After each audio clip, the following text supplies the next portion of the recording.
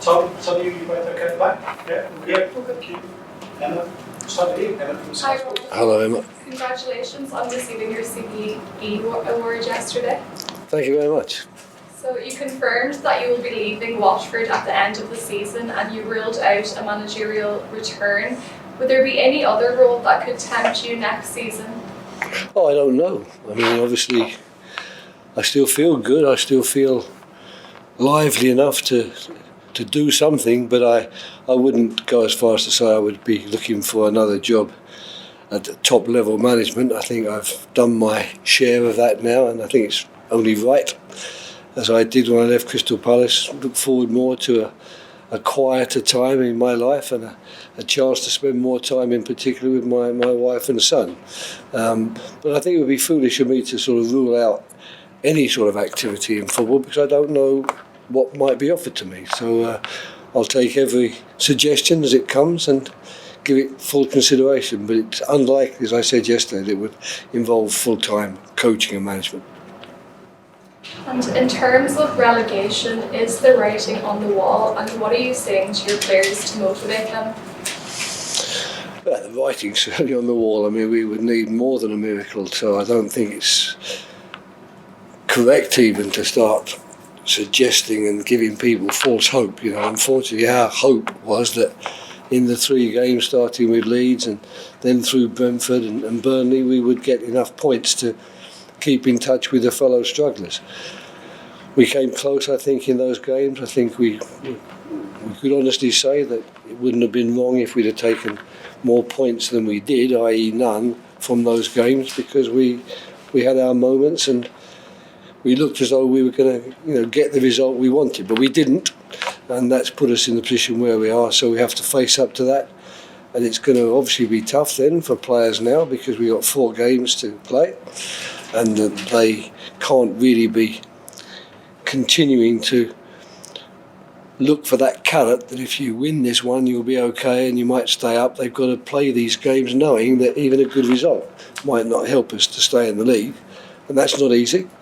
But on the other hand, so far in the games we've played we've been competitive. I think we could have taken more points than we have done in plenty of games, and they've got to show pride, and they've got to show that they are a good team and they are good players, and that the club can trust them next season to help them bounce back into the Premier League, which will be everybody's goal. And if Watford are playing Championship football next season, do you expect them to bounce back? Yes. Oh, absolutely. I mean, the club is strong. It's a lot of very good things at this club, so I think there's a big squad of players, and we haven't perhaps even seen the best of all of them. Maybe there's a lot more to come, but I would be very surprised if I don't see Watford among the front runners next season, and I'm sure that the players themselves that have gone down with the club this season, they're going to be very anxious to show that we can do better than that, and we can help the club back into the Premier League again like they've done before. Have you spoken to the owners about what direction you think they should take with the club going forward? No, we haven't had many discussions with regard to that so far. I should be more listening to them, and if they're interested, in my opinion, in any way, of course I'll give it, but I don't intend to force any ideas and thoughts I have. They are more than capable of analysing themselves what is needed and what the way forward should be. But if they ever think that anything I could say or do would help, then of course I'm here to do it. And there has been quite a few managerial changes at Watford in recent years. Do you think there needs to be more stability in terms of their manager? Oh, well, that's the old classic Chelsea question, isn't it? Do you want to win championships at Man United with Alex Ferguson in charge for 20 years, or do you want to win championships like Chelsea by changing managers often after the manager has won the championship? So that's a philosophy, that's a way of working, and I certainly don't think I would want to be the one to tell a club the only way to succeed with your club is to keep a manager a long time, or alternatively sack a manager every 6 months. That will be up to the clubs themselves to make that decision. And as I say, with Chelsea, we've seen it work, so you can't say there's not a precedent for doing that type of thing. So I don't know what thoughts the club would have in that respect, but you would have to speak to the owner if you wanted to know what his thoughts are. And lastly from me, you're playing your former club Crystal Palace on Saturday.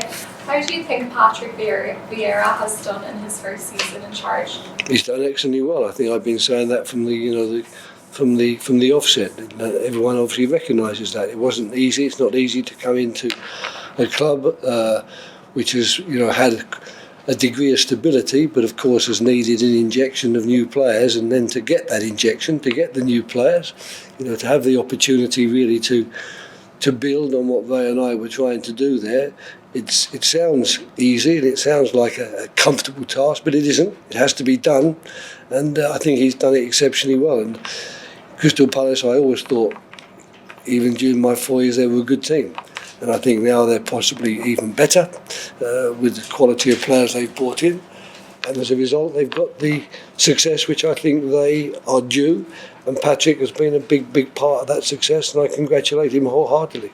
I should look forward to seeing him tomorrow. Pleasure. Right, just on the trip to Selhurst, what are you expecting from the game? I'm expecting to see a Crystal Palace full of that energy that they've shown all season, full of the running, dangerous in attack these days with the wingers in Wilf and Jordan, Mateta going through the middle, making lots of runs. They're going to ask an awful lot of questions about our back four. They're going to be good at pressurising the ball, like so many teams are these days. And what we'll have to do is to make certain that our shape and our setup is right, and most importantly of all, perhaps we're going to try and make sure our minds are right. That it's a sad moment when you get relegated from any division, let alone the Premier League. So one of the things you have to do, unfortunately, is to get your mind straight in some way, so that you can prepare for the match that you've still got to play, albeit that the result's not going to have any bearing on your fate. How do you as a manager go about getting the players into that right mindset at this point? Well, you remind them of all the things that are important for them to be reminded of. That there's more games of football to be played, despite the fact that the last 2 or 3, which we were hoping would help us get out of the relegation zone, haven't worked for us. But most importantly of all, they've got to play for their pride. They've got to play for their own personal satisfaction. That I've been given a job to do, and I've been able to go on the field and do that job.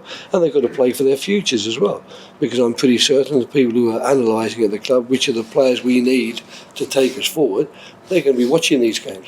And if you really want a good example, if you like, of whether players have got the sort of mentality you want, what better time to analyse or evaluate that in these last 4 games? Because of course many teams will, in that situation, not down tools, but they won't go about their jobs in the way they should go about it.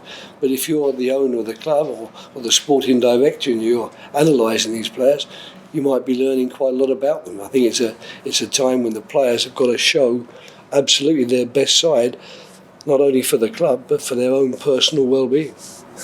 Is it then not too harsh to say some are playing for their futures? Is that just a fact? I think that in football you can say that at all times, really. There's no question about that. I think that it's there are moments perhaps when it's more noticeable than ever. But if you're wise, you should accept that you're always playing for your future, because things move on so quickly, and a good result and a good game is quickly forgotten if the next one is a poor result and a poor game. So that's the onus that's on you at all times, and I think players, if they don't understand that, it's about time they did. And they've got to understand too that yes, I'm confident they can bounce back. I believe in the club and the players of this club in that respect, but it's easy for me to say that. They've got to get out there in those 46 games next year and prove they can do it, and that will be far from easy, and they're going to need a lot of character. And I think the character of the players is going to be very, very evident for all to see in these last 4 games. A bit was made about the fact you didn't make any substitutions in the last game. Now you've had a few days to reflect on that. Do you still sort of stand by that decision? Or is that the right way to go? It's being wise after the event. I mean, in the 83rd minute we were leading 1-0 and the players were the ones out there who got us to that 1-0 position. If I'd have made changes either before that or after that in particular, or before it in particular, and then they equalised and then they scored the winner, everyone would have been saying you shouldn't have made the changes. The guys who were out there were doing okay. So it's one of those classic situations. But yeah, of course, with hindsight, you can think about, perhaps X would have done a good job, or perhaps Y could have given us a bit more, or given us some fresh legs. But no one will know because it's all hypothetical. I don't know if you're aware of it, but you wearing your sunglasses in the dugout caused a bit of a stir last weekend. Not all bad. I'll have. You seen my eye? I have now seen your eye. Yeah. I'm suffering from shingles. So in actual fact, I wasn't really even supposed to be at the game because I wasn't well for a start. I'm still not well because it doesn't go away in a couple of days, but I'm working and trying to get through it. My eye, as you see it now, is 10 times better than it was on Saturday when it was really like a balloon and my face was swollen. So I think wearing sunglasses was the most sensible thing to do. I didn't wear it because I'm trying to make a fashion statement. I wore it because unfortunately I've been hit by an illness which has disfigured my face. So you can make that clear to them if you like. Absolutely, and you're on the mend now. Yes, but I'm not right. And they don't know how long it will take. It's one of those things that people don't know if it's going to last for a week or even months. I've got a very bad headache all the time. Like now, I've got a very bad headache. And my face is still in a bit of a mess. But I'm trying to get on with it as best I can. And we wish you all the best with Thank that, you. obviously. And just lastly, then, away from football, as was mentioned at the top, some recognition from Her Majesty, just your reaction and your emotions after that.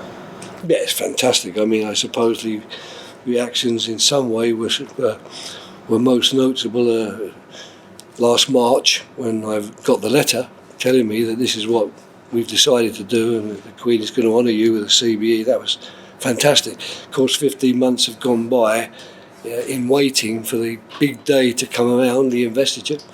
But I must say the big day was everything I hoped it would be. It really lived up to expectations. It was great to meet Prince William again, who of course was the president of the FA and still is, and was during my time. And it was a really wonderful occasion. And in particular going into Buckingham Palace, something which not everyone gets to do. So a really, really good day, a really good moment in my life to receive this recognition, and one which I'm very grateful for, but I suppose I'm also very proud of. Well, very well deserved, and congratulations. Thank you very much. Thanks. Thanks. Alright, just one from me. Is there any, given that you said that Watford are now relegated, is there anything you would like to see from your players in the final few matches of the season in terms of sort of spirit or together? Yeah, I'd like to see that, absolutely. I mean, when things don't go right, as they haven't done for us, and we find ourselves, as you say, all but relegated, it's very easy to take a global view and be very critical, perhaps, of certain things or the way the team has played. But if you analyse the games, there haven't really been that many, I think, where I could really, after the game, come in and say, today the attitude was terrible, or today we were really poor in terms of our team spirit, or in terms of our wanting to win. The late goals pay testament to that, I think, to some extent. But now, as we've said earlier on, this is an opportunity for the players. It's 4 more Premier League games.